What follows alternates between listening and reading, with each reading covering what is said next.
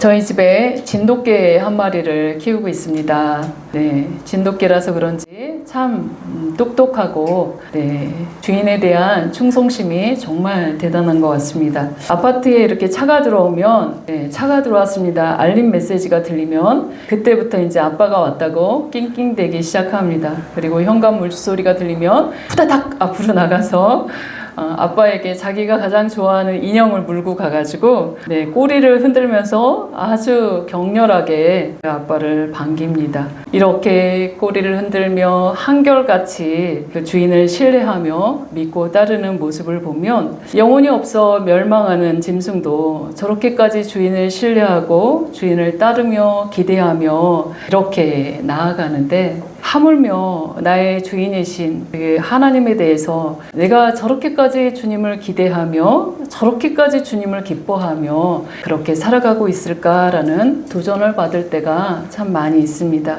주인에 대한 충성과 그 믿음이 한결같은 이 진돗개처럼 오늘 살펴볼 말씀은 한결같이 하나님을 신뢰하며 나아갔던 믿음의 사람들의 이야기를 좀 해보려고 합니다. 히브리서 11장 하면 우리가 잘 알듯이 믿음장이라고 부르지요. 믿음의 선진들이 어떻게 믿음으로 살았는지 기술하고 있기 때문에 우리가 믿음장이라고 부릅니다. 그러면 히브리서 기자는 이 믿음장을 딱 시작할 때 뭐라고 하냐면 믿음의 본질에 대해서 정의를 꽝 내리면서 시작하는데, 우리 1절 읽어봅시다. 믿음은 바라는 것들의 실상이요 보이지 않는 것들의 증거니.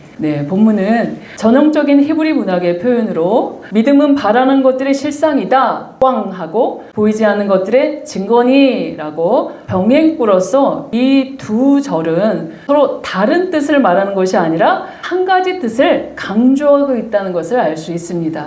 그런데 믿음에 대해서 정의를 꽝 내렸는데 이 믿음에 대해서 막상 해석을 하면 쉽지 않은 본문이라는 것입니다. 그래서 우리 하나하나 좀 그 헬라어 언어를 좀 따져가면서 정말 믿음의 그 본질이 무엇인지 한번 오늘 해부를 한번 해보려고 합니다. 여기서 우리는 믿음은 실상이요 라고 이렇게 적혀져 있는데, 헬라어 본문은 뭐부터 나오냐면 이오 믿음은 이렇게 나와요. 뭐냐면 에스틴이라는 동사가 가장 먼저 나옵니다. 그러면서 굉장히 강조하고 있는데, 이 에스틴을 현재 시제로 쓰면서 헬라어에서 현재 시제는 항구적이고 항상 그러할 때 현재 시제를 쓰거든요. 그러니까 믿음은 바라는 것들의 실상이고 보이지 않는 것들의 증거라는 것은 시대를 초월하여 항구적으로 영원히 변치 않은 진리다 라고 빵 하면서 시작합니다. 바로 시대를 초월해서 역사의 시초부터 심할까지 하나님을 믿는 믿음의 사람들의 삶의 방식은 믿음이다 라고 시작하는 것입니다. 그렇다면 우리가 이 변함없는 진리, 믿음의 사람들의 삶의 방식인 이 믿음을 분명하게 알아야지만 믿음으로 살아갈 거 아닙니까? 그러면 여기에 나오는 실상과 증거가 무엇인지 좀 더 깊이 한번 알아봅시다. 그래서 실상이라고 번역된 히포스타시스는 자신감, 확신이라는 의미에서 어떤 사실에 대한 주관적인 확신을 나타내기도 합니다. 또 이와는 달리 객관적인 실제를 나타내는 이 본질이나 존재라는 의미로 사용되기도 합니다. 그래서 믿음은 주관적인 확신이라는 관점에서 이해할 것인가, 아니면 객관적인 실제라는 관점에서 이해할 것인가에 따라서 성경 번역본을 조금씩 다르게 번역해 놓았습니다. NIV나 새 번역 성경은 뭐라고 되어 있습니까? NIV? 읽으실 수 있죠? 뭐라고 하죠? Sure. 뭐라고 합니까? 주관적인 확신으로 믿음은 바라는 것들에 대한 확신이다, 확신하는 것이다 라고 번역하고 있습니다. 그리고 반면 우리가 읽었던 개역 개정이나 또 킹 제임스 버전 영어 성경이나 우리말 성경은 실상을 객관적인 실상이나 실체로 번역하고 있죠. 뭐죠? 바라는 것들의 실체요. 보지 못하는 것들의 증거. 우리말 성경도 실체라고 번역하고 있죠. 맞습니다. 그러면 이 헬라어의 이 포괄적인 의미를 번역본에서 담을 수가 없으니까 한쪽은 네, 주관적인 확신, 한쪽은 네, 실체라고 이렇게 번역해 놓은 것입니다. 그렇기 때문에 우리가 믿음은 허상이 아니라 이 실체로서 우리가 소망하는 것이나 보지 못하는 것들의 이 사실적인 형태나 실체로 드러나도록 하는 기능을 갖고 있구나 라고 믿음을 총체적으로 우리가 느낄 수 있는 거죠. 그리고 또 여기 병행구인 히브리서 11장 1절 하반절 보이지 않는 것들의 증거니 할 때 이 증거는 헬라어로 엘렌코스인데 그 뜻은 증거와 확신 비슷하죠? 네. 그래서 NIV는 certain 해서 확실함이라고 번역해 놓았고 또 새 번역에도 증거라고 번역해 놓았지요. 그러면 우리가 이렇게 실상과 증거를 종합해서 총체적으로 이해하면 믿음은 바라는 것들과 보이지 않는 것들의 주관적인 확신뿐만 아니라 객관적인 실상, 실체라면 믿음은 단지 추상적인 우리의 희망이 아니라 실제로 존재하는 것을 내면에서 확신하며 살아내는 상태라고 정의 내릴 수 있습니다. 어렵죠? 예를 들어 보겠습니다. 분명하게 집을 지으려 하면 먼저 집에 설계도를 그리지요. 정확한 설계도가 나오면 그 설계도를 통해서 완성된 집의 조감도를 우리가 그려보면서 그 실제적인 모습을 미리 바라볼 수 있는 것처럼 하나님의 약속들을 설계도에 비유하고 그것들이 성취된 실제적인 모습이 실상이라면 믿음이란 하나님께서 약속하신 것들이 실제로 존재한다는 것을 내면에 확신하며 미리 조감도를 그리며 그 실상을 향해 나아가는 것이 바로 믿음이다. 네, 단순한 기대가 아니죠. 믿음은 하나님의 약속이 지금 이 순간에도 실제임을 받아들이고 내 내면에서 누리는 능력이 바로 믿음입니다. 그런데 이 신앙생활에서 믿음을 강조하는데 왜 우리가 믿음이 필요할까요? 그것은 하나님의 약속은 말씀으로 주어진 것이므로 현재 눈으로 볼 수 있는 것이 아니기 때문에 믿음이라는 요소가 필요한 것입니다. 우리가 현재 눈으로 보고 확인할 수 있는 거, 주변에 봐보세요. 확인할 수 있죠? 또 합리적으로 설명이 가능한 것이나 과학적으로 이미 검증이 끝난 사실에 대해서 우리가 믿음을 요구하지 않죠. 네, 왜요? 보이는 그대로 사실이니까 믿음이 필요하지 않는 영역입니다. 그러나 하나님의 일하시는 방법은 보이지 않는 세계에서 먼저 일하시기 때문에 우리의 신앙은 믿음이 먼저 요구되는 것입니다. 히브리서 11장 3절 한번 볼까요?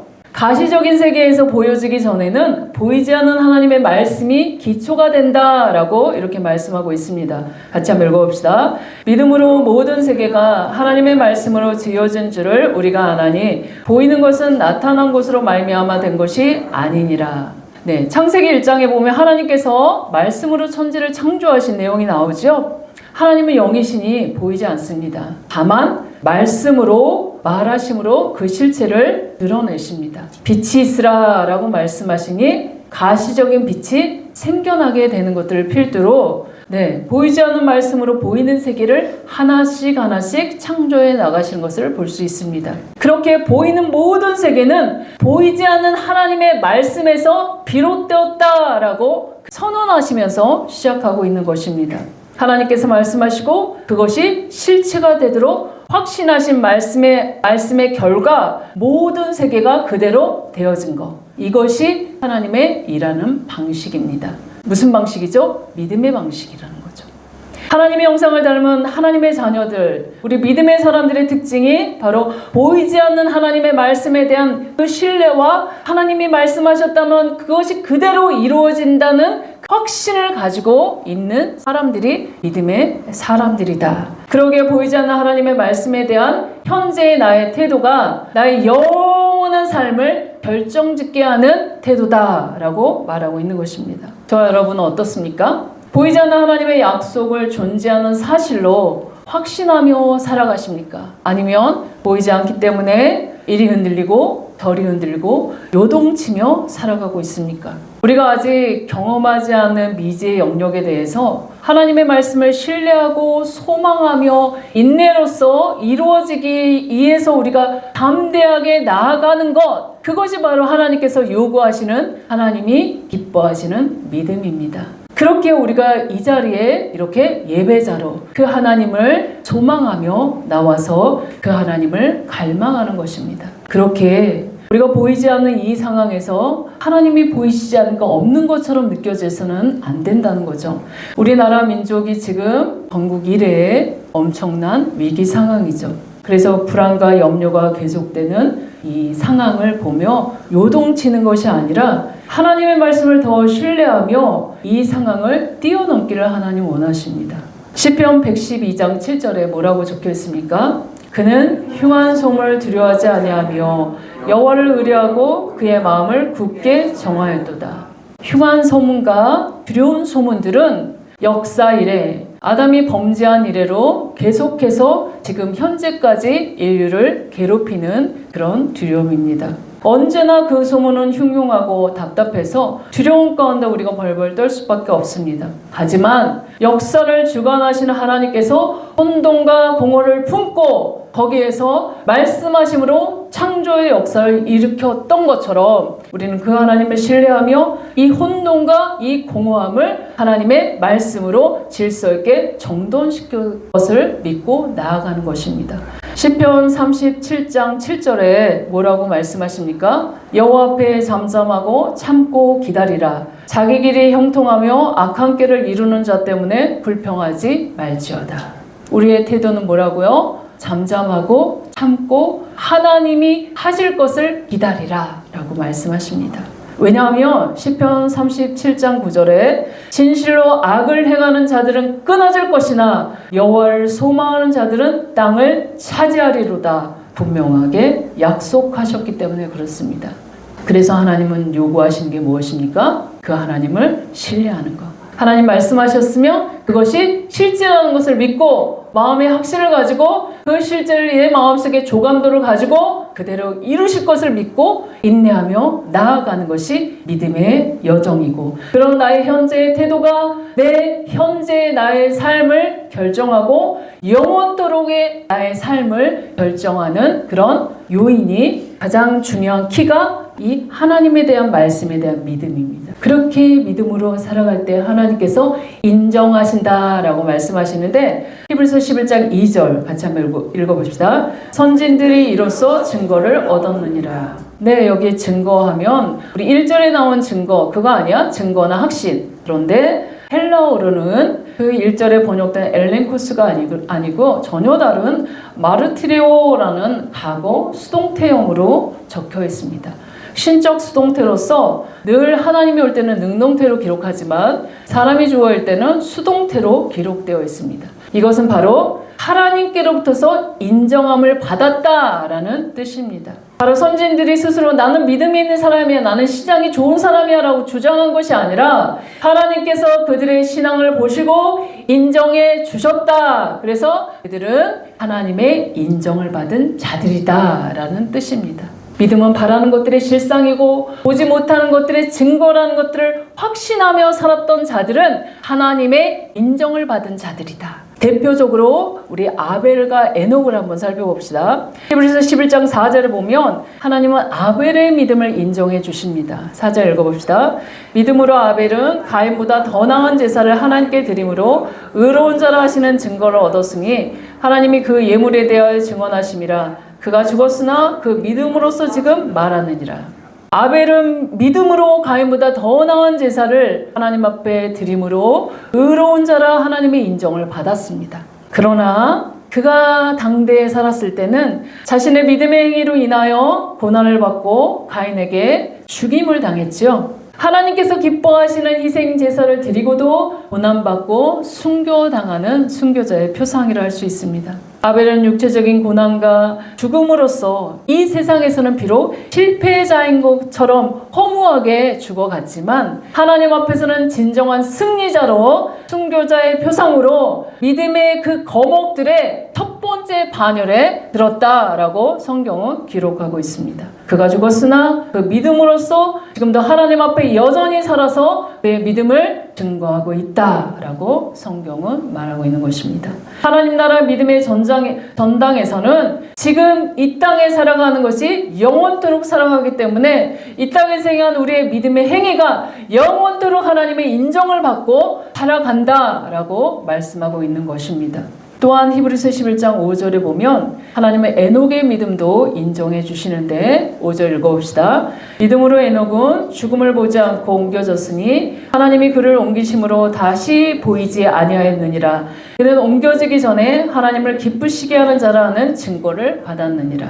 에녹은 아벨과는 좀 결이 다르죠. 그는 믿음으로 인해 죽음을 보지 않고 옮겨지기 전에 그는 하나님을 기쁘시게 하는 자라 증거를 받는 승리자의 표상으로 나옵니다.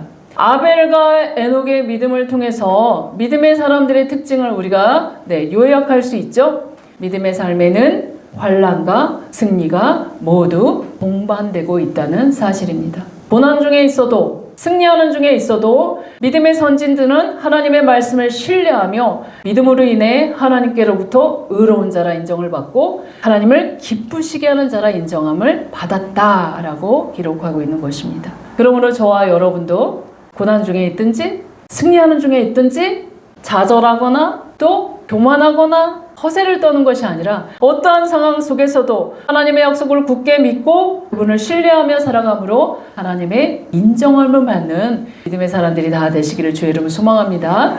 아멘. 그렇다면 우리 대표적으로 승리의 표상은 에녹의 삶을 한번 살펴봅시다. 그의 삶의 환경이 평안했기 때문에 승리했나? 라고 우리는 생각할 수 있지만 그렇지 않습니다. 에녹은 창세기 5장 아담의 계보에 의하면 셋계열, 즉 하나님의 이름을 부르며 하나님을 왕으로 인정하며 그를 예배했던 믿음의 계보 아담의 몇 대손? 7대손입니다.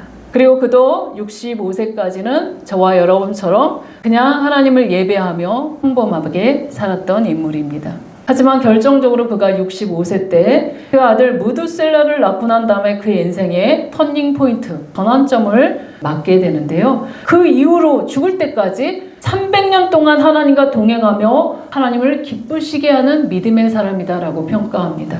그의 인생의 전환점 누구라고요? 아들을 낳았는데 그 아들의 이름이 무두셀라입니다. 무두셀라라는 이름의 뜻은 무투, 심판, 죽음을 의미하며 살라트는 보내다라는 뜻입니다. 이걸 조합하면 무두셀라가 죽을 때 하나님의 심판이 보내질 것이다 라는 의미입니다. 바로 에녹은 자신의 아들을 낳을 때 하나님의 계시를 보게 되었고 앞으로 이 아들이 죽는 그날이 오면 하나님의 심판이 임할 것을 미리 바라보면서 경고하심을 받았다라는 것들을 우리가 충분히 예측할 수 있습니다. 유다서 1장 14절 15절을 보면 이 에녹에 대해서 이야기하고 있는데요.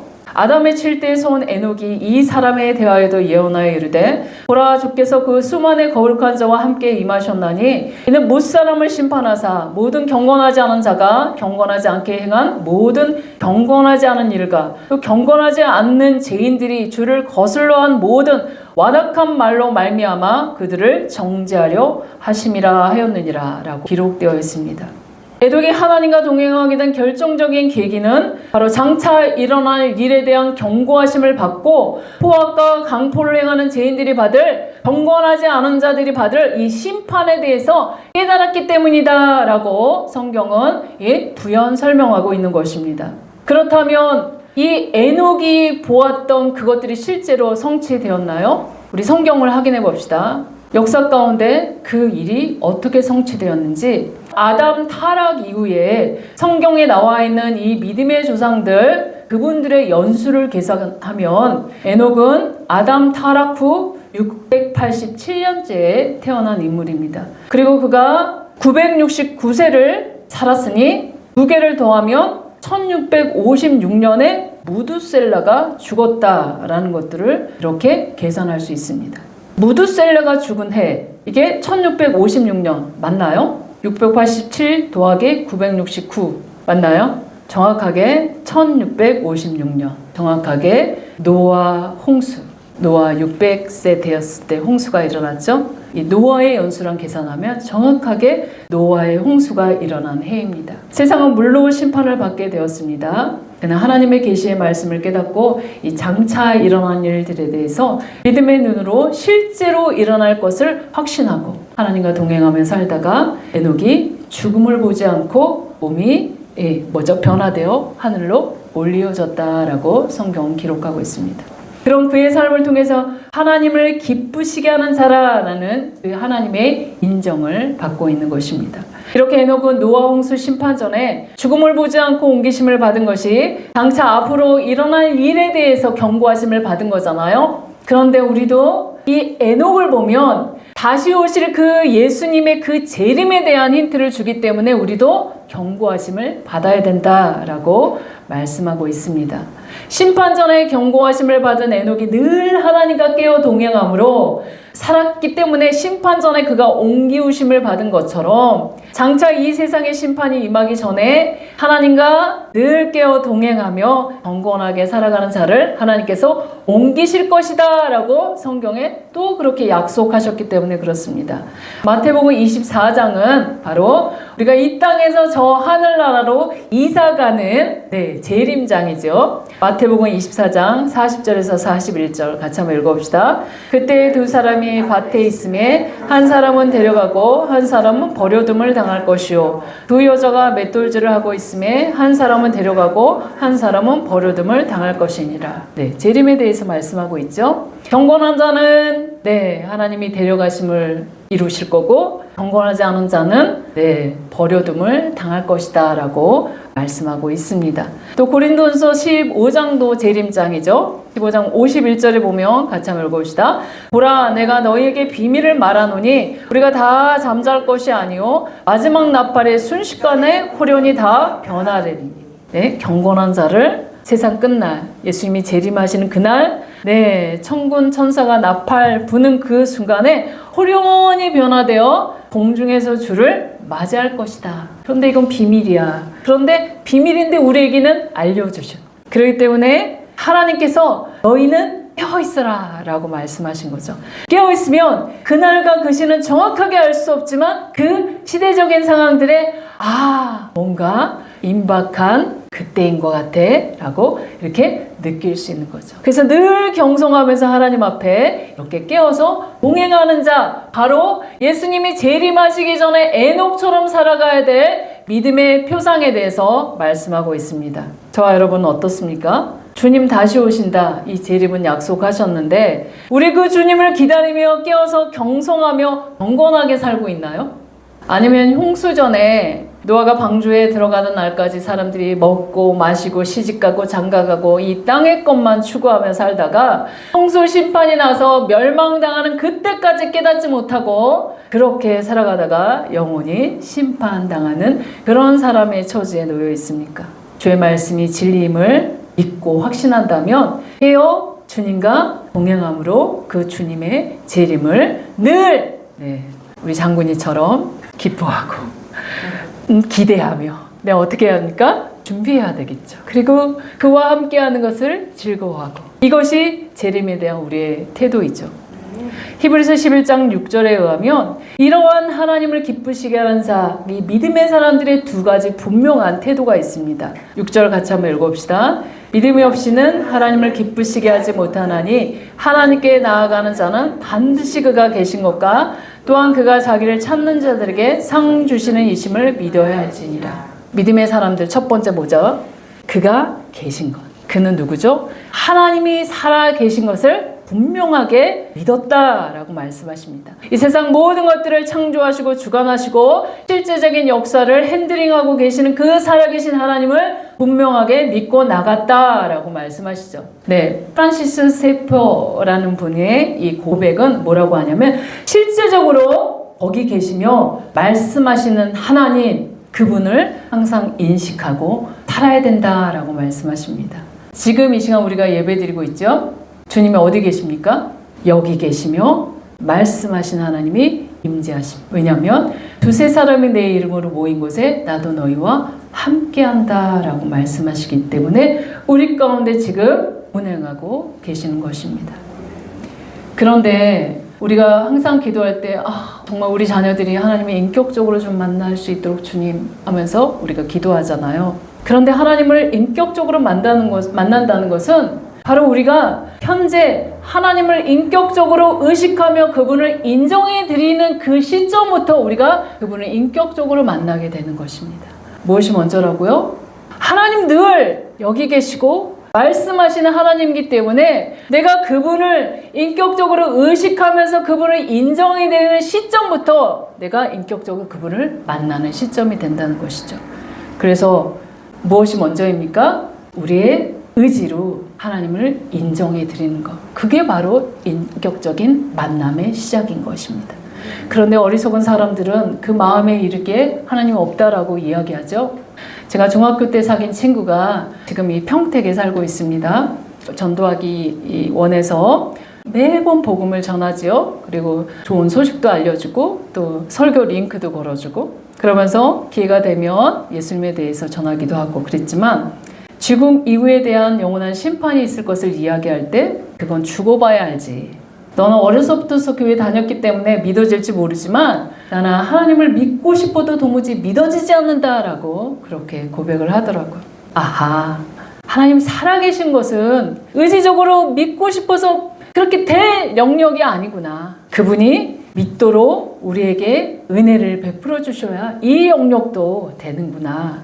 그래서 하나님이 계신다는 것도 믿음의 영역이라는 것이죠. 그래서 하나님을 기쁘시게 하는 자, 바로 하나님의 살아계신 것이 내가 믿어진다면 나는 하나님의 사람이다 라는 것들을 확신할 수 있습니다.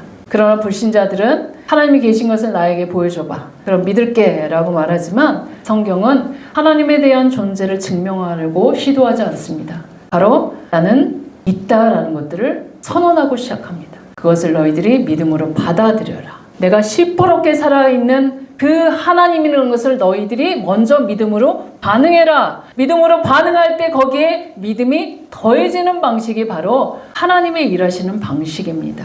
그렇기 때문에 은혜도 우리가 믿으려고 하나님 앞에 애써야 그 믿음의 은혜가 더해진다라는 이 믿음의 이 순환 관계도 그거라는 것이죠. 그래서 우리가 설명하기에 그냥 믿음이야. 그리고 선포하신 하나님이야. 그리고 이거를 증명하는 거 성경에 나와 있어. 그럼 성경은 어떤 출처로 그거를 증명할 수 있는데 그 하나님 말씀하셨어. 그럼 하나님은 뭔데? 성경에 그 성경의 출처는 뭔데? 하나님 말씀하셨어. 계속 이야기하지만 이게 믿음의 영역이 있기 때문에 어떤 합리적인 근거로 출처를 제공할 수 없는 거죠. 출처는 하나님이시라고 선언하시기 때문에 그렇습니다.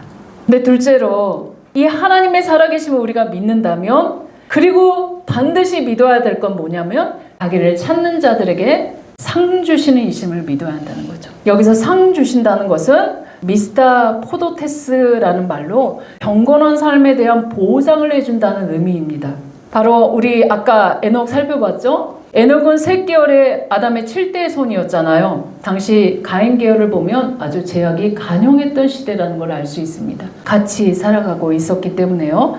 우리가 우리는 신앙생활하니까 우리의 믿음의 공동체 여기서만 똘똘 뭉쳐 살아가지 않죠? 예배는 같이 드리지만 현장으로 나가면 세상 사람들과 섞여 살아야 되잖아요. 마찬가지로 에녹도 당시 가인 계열과 섞여 살았던 시대입니다. 그런데 타락한 가인 계열의 이 계보를 보면 그 에녹이 살았던 시대에 동일하게 누가 살죠? 타락한 라멕이 살고 있습니다. 아담의 7대 손 라멕, 어떤 자이죠? 힘과 폭력의 대명사라고 할 수 있죠. 7대 손 라멕은 경건한 아내를 통해서 경건한 후손을 낳아야 된다는 하나님의 명령을 의도적으로 파기합니다. 그래서 일부 일처제가 아니라 일부 다처제를 선택합니다. 2명의 아들을 통해서 3명의 아들을 낳았는데요. 사회적으로 보면 그 아들이 각각 가축지는 그 목축업의 원조가 되는 그런 자들, 또 수공과 퉁소를 만들어 문화예술을 창시했던 자들, 구리와 새로 여러 가지 기구들을 만들어서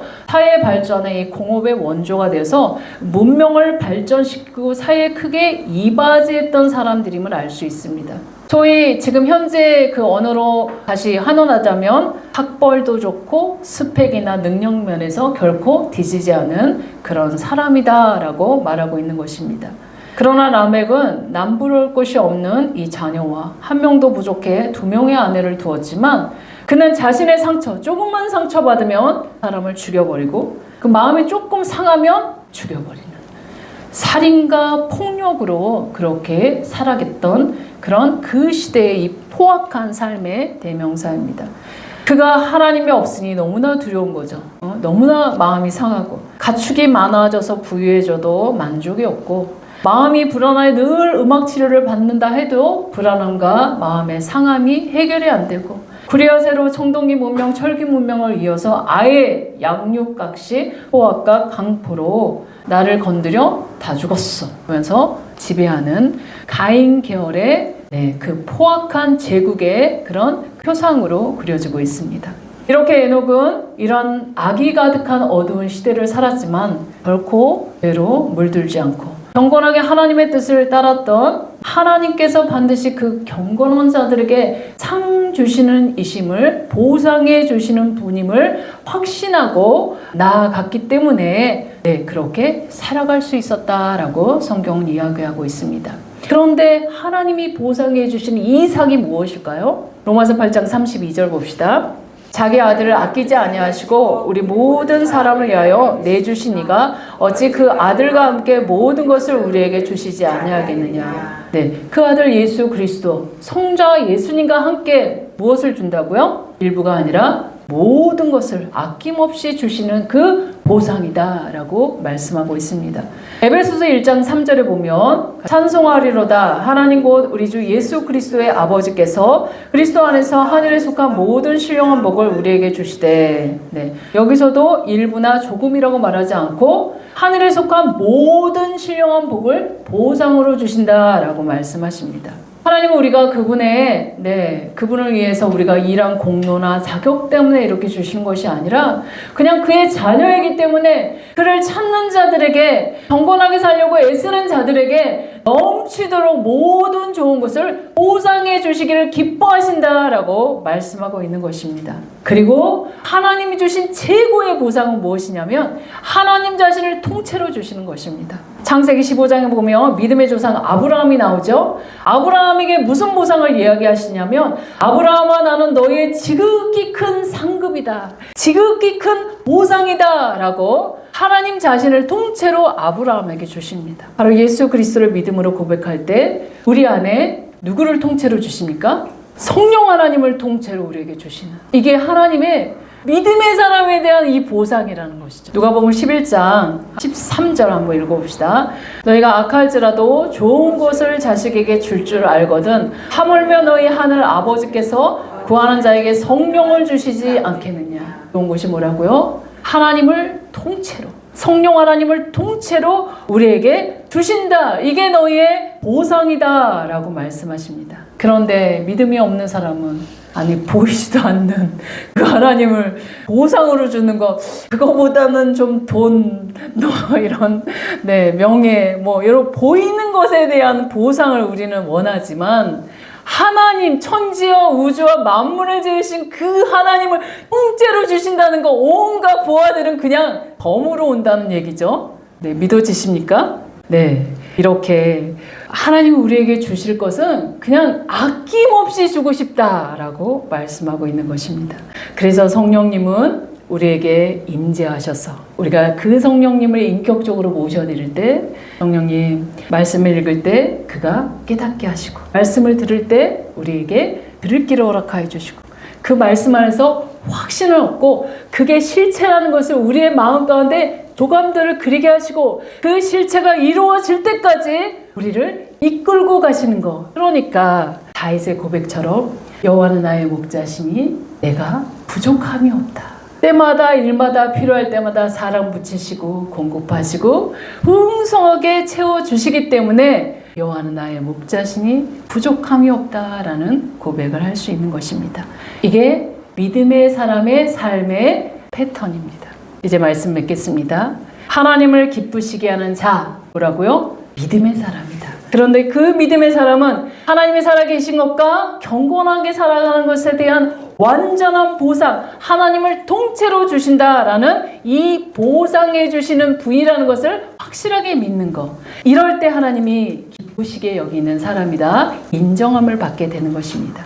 저와 여러분, 아벨처럼 에녹처럼 폭력과 제약이 간용한 시대를 살아가고 있습니다. 이런 시대 가운데 실패하고 성공할 수 있는 희비가 엇갈리는 시대를, 그런 인생을 우리가 짧지 않는 인생을 살아갑니다. 그럴 때 우리는 무엇을 선택하며 살아가야 됩니까? 실제이신 하나님의 말씀을 마음 가운데 확신하며 믿음으로 그 하나님과 재림하신 그날까지 우리가 승리하며 살아가는 것이 하나님의 기대고 우리 믿음의 사람을 위한 하나님의 약속입니다. 저와 여러분이 이렇게 하나님께 인정받는 그 영광을 영원토록 누리시기를 주의 이름으로 축원합니다. 아멘.